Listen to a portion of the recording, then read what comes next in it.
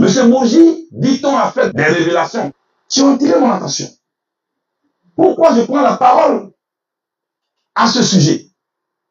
Certains m'ont dit non, tu n'es pas concerné, parce qu'il n'a pas cité mon nom. D'abord, un leader politique, on n'a pas besoin qu'on cite personnellement son nom dans un sujet pour qu'il intervienne là-dessus. D'autant plus qu'il s'agit de notre pays. Donc j'ai le droit d'intervenir là-dessus. Deuxièmement, j'ai été impacté par les conséquences de cette pratique.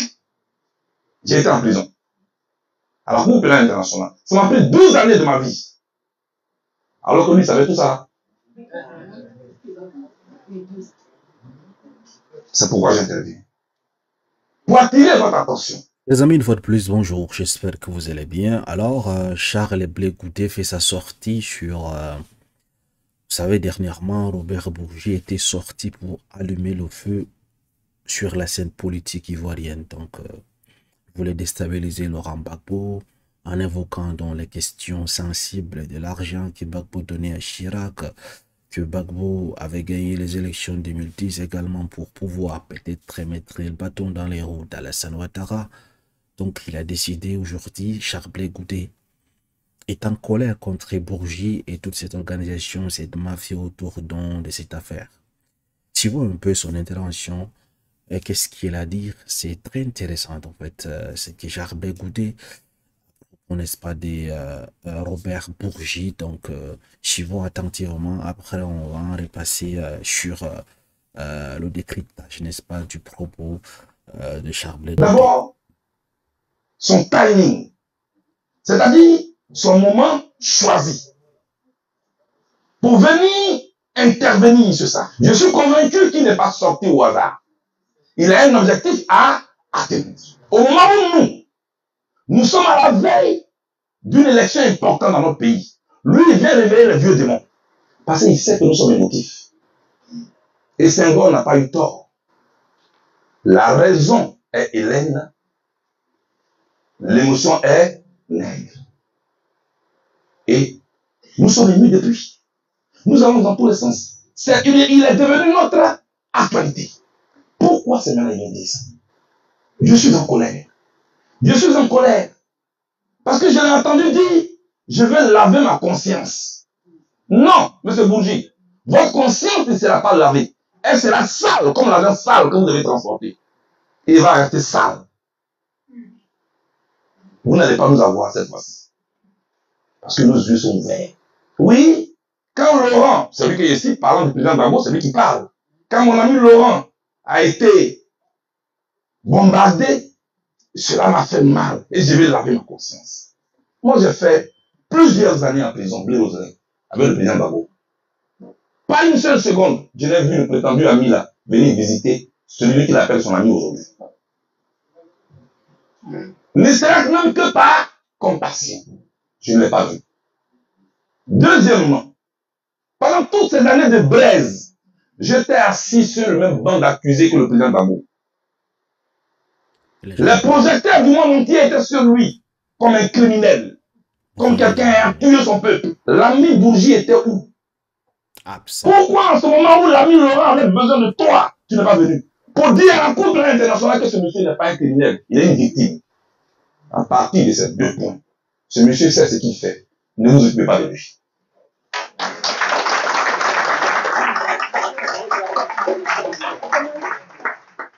Ne vous occupez pas de lui. Il sait pour qui il a en mission. C'est clair. C'est ce qui me fait encore mal. C'est les pratiques dont il est venu parler. Comment on transporte l'argent des caisses africaines vers les mains des leaders européens. C'est lui qui parle, ce n'est pas moi. Il a même cité les sommes. Il dit, la somme minimum qu'on donne, c'est $1 million. C'est lui qui parle. 650 millions. Et que le président Gbagbo a donné $3 millions. Le président Gbagbo est une victime. Je considère le président Gbagbo comme une victime. Parce que j'ai entendu des gens dire, mais pourquoi il a donné $3 millions? N'importe quel père de famille qui veut la tranquillité de sa famille et de ses enfants, qui est menacé, pourrait faire la même chose exactement. Face à des pratiques mafieuses qui n'aimeraient pas la tranquillité. C'est comme vous avez un commerce dans votre quartier. où règnent des gangs qui font la loi. Ils vous disent, si vous voulez la tranquillité, voici la facture à payer. Et votre commerce ne sera pas détruit. C'est ce qui s'est passé exactement. Ce que M. Bourgi a décrit, ce n'est rien d'autre que des pratiques de la mafia. Tu payes, on te laisse tranquille. Et le président Gbagbo pensait avoir acheté notre tranquillité. Mais ceux qui étaient en face, c'était des mafieux. Malgré ce qu'il a payé, ils sont venus d'après eux, en griffe, le vitrifier. Il travaille pour qui, ce monsieur? La France-Afrique. Il travaille pour la France-Afrique. J'ai mal quand je parle de ça. Parce que j'ai été victime de ces pratiques. Ah, c'est normal d'avoir mal. Chers amis, c'est là que je vais attirer votre attention. Voilà ce que subissent nos chefs d'État derrière les caméras. Tout le monde, hein, c'est pas seulement... Voilà ce que subissent les chefs d'État africains derrière les caméras. On pays. les tient par le bout du nez. On les rançonne. C'est le mot, Maître Oulaga. Il n'y a pas un autre mot. Et quand j'en parle, je suis en colère. Parce que de tout ce qu'il a dit, il y a un fait qui nous concerne, nous. Quand je dis nous, je parle de nous tous les Ivoiriens. Parce que lui, il parle de son argent qu'il a transporté. Mais nous, nos parents sont morts dans cette crise. Effectivement. Nous, nos mamans sont des veuves aujourd'hui. Des gens sont des orphelins aujourd'hui. Des gens qui hier étaient des tuteurs, aujourd'hui, c'est des sous-couverts. Et lui, il se promène avec son argent. Plein aux as. C'est comme ça, en fait. Et c'est là l'intérêt pour nous. D'ouvrir les yeux sur ça. Pour ne plus jamais qu'un autre chef d'État africain soit vitrifié.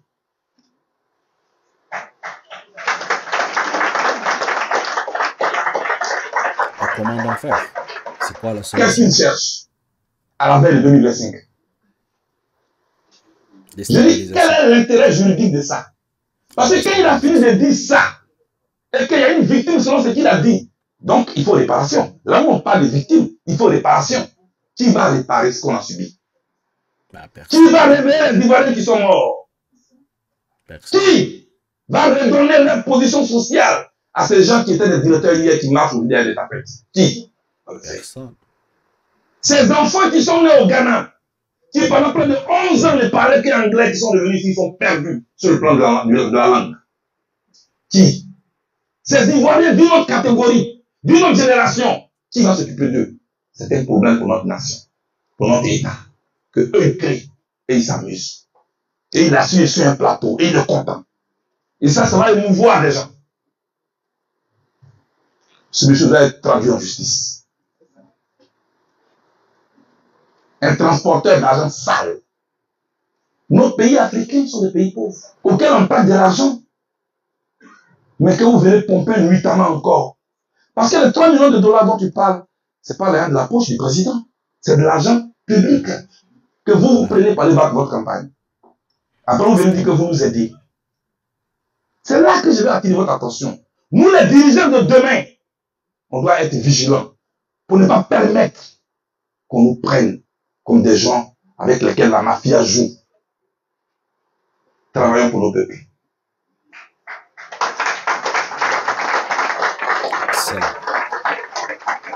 Et donnons-nous des lignes rouges à ne pas franchir, quels que soient nos conflits. Je suis d'accord. Nous avons une nation et elle est seule. Elle s'appelle la Côte d'Ivoire. Nous avons un continent et il est seul et il s'appelle l'Afrique. Regardez comment les gens jouent dans notre continent. Ce n'est pas eux qui parlent de bien mal acquis. Qui va sanctionner cela? C'est pour nos millions de dollars. Qui va sanctionner? Qui va sanctionner ceux qui sont venus prendre l'argent ici en Côte d'Ivoire, au Gabon, en RDC, il a quitté tous les pays. Et lui, il ne sera pas inquiété. Imaginez que c'est un Africain qui fait ça. Il y a longtemps, on l'a arrêté. Que les ONG ont commencé à payer. Mais regardez, ces ONG-là sont devenus muets comme une carte. C'est sur ça que je voulais attirer votre attention. Nous sommes victimes d'une mafia dont les pratiques et le mode opératoire a été décrit par M. Bourgi. Exactement. Il a écrit son livre. Ça n'a aucun intérêt pour nous. Ignorer ce livre. Ça dit que non seulement on est mort, non seulement ils ont pillé nos pays, parce que c'est lui qui le dit, les millions de dollars sont venus prendre, Mais on va écrire le livre, puis nous, on va le payer.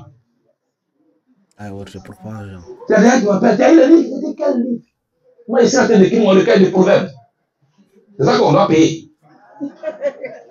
Applaudissez-moi ça.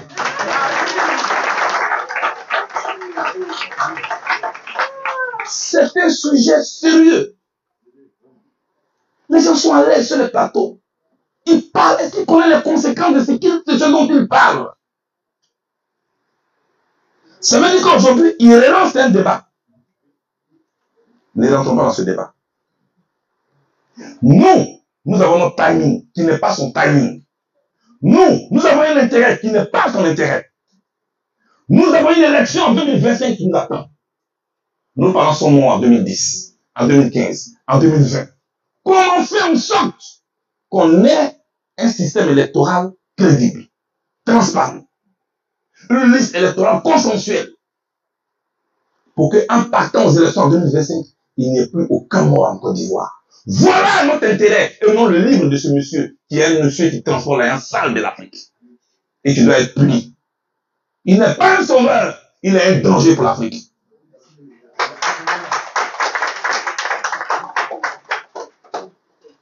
J'ai voulu intervenir là-dessus, en tant que leader politique. Alors, chers amis, vous venez donc de suivre l'intervention donc de Charles Blé Goudé. J'avoue vraiment qu'il m'a impressionné en fait, parce que je ne partage pas tout le temps son point de vue, mais là, actuellement, ce qu'il a dit, c'est réel, en fait. D'abord, c'est pourquoi est-ce que Laurent Bourgi a fait sa sortie. J'avais déjà parlé de cela dans d'autres vidéos. Tout simplement, il est sorti, c'est pas quelque chose de hasard, en fait. Pourquoi il est resté mieux pendant toutes ces années sans rien dire. Donc, c'est maintenant qu'il est sorti.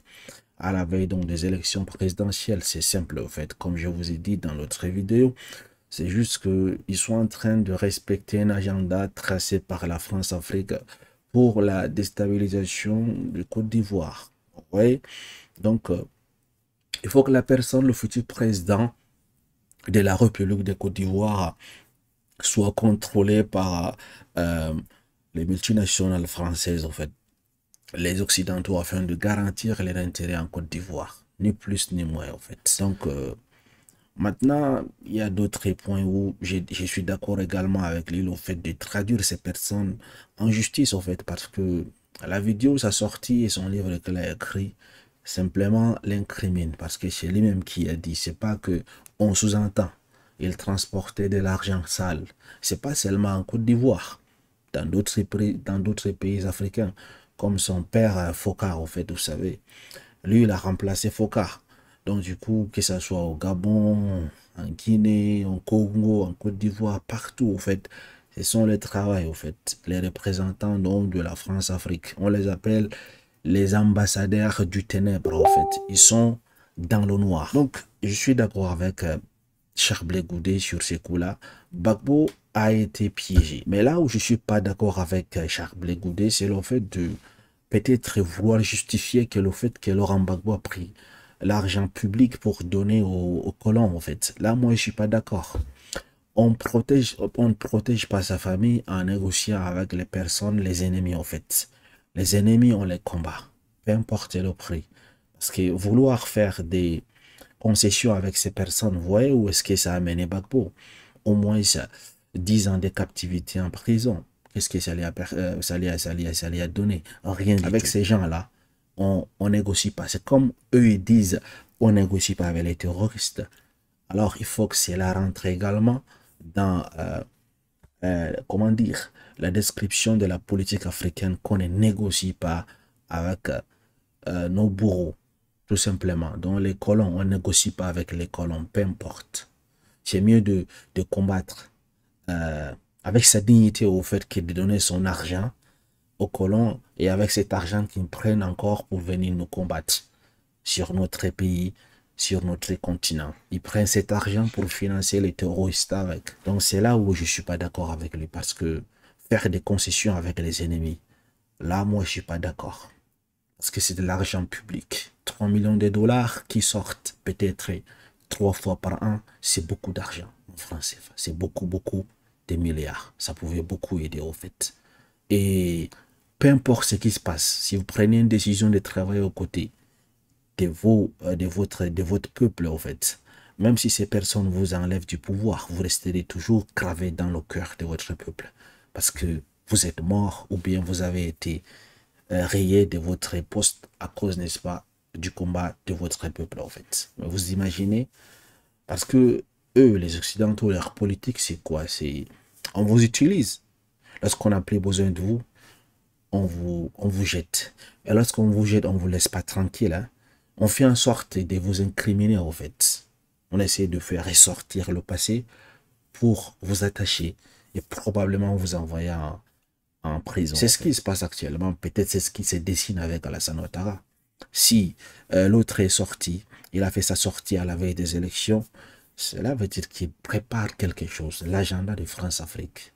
Comment déstabiliser le pouvoir de Ouattara afin de mettre les pions et garantir leurs intérêts, tout simplement, c'est tout. Il n'y a que des intérêts de ces personnes-là qui existent en Afrique. Ils s'en fichent complètement de notre bien, de notre peuple, de notre avenir. Non. Pour eux, le développement de l'Afrique, ça signifie la mort de l'Occident. Partagez massivement cette vidéo afin de conscientiser la masse. Merci.